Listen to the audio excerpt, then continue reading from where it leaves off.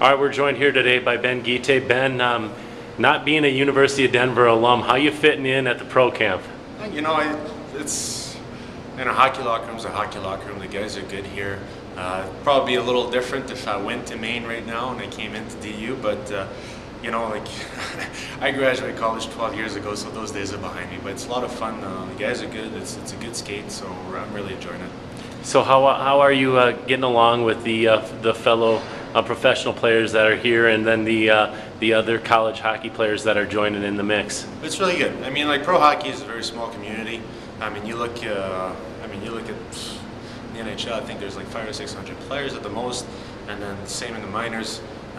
You know, there's not that many guys in Denver, so we all know each other from at one point or another, playing against each other, playing with each other, and so it's, you know, it's a pretty tight-knit group, even though we don't play with each other on a yearly basis.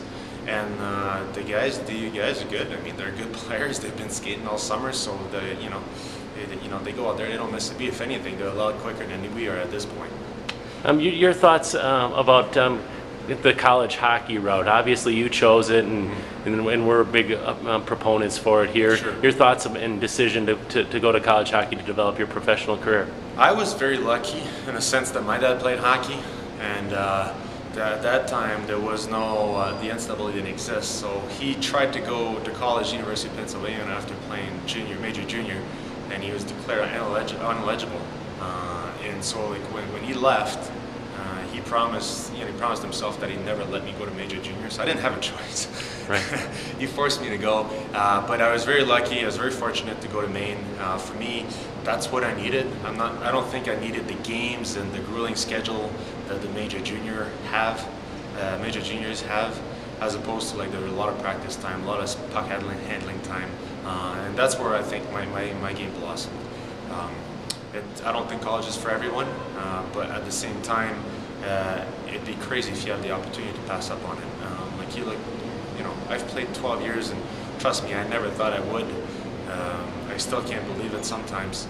And you look at guys that had unbelievable skills that just at one point hockey phased out. You know, like either they just didn't want to do it anymore, or the fact that all the doors were closed. And at some point or another, you have to fall onto something else. And just look at me. I mean, I'm 33 years old. This could be my last year. I could play for 4 or 5 more years. At any rate, I still have a lot of years ahead of me, and it's important to have something to fall back on, something you want to pursue when you're done. Very good. And speaking of you specifically, you're coming off a hip surgery, but you have a new opportunity in San Jose. You wanted to talk about that with us? Sure. I mean, hip surgery is no fun. I don't suggest this unless you have to do it. But the hip is doing pretty good. I'm going to San Jose, and I think you know, if you look at their lineup, they've lost a few guys at the bottom.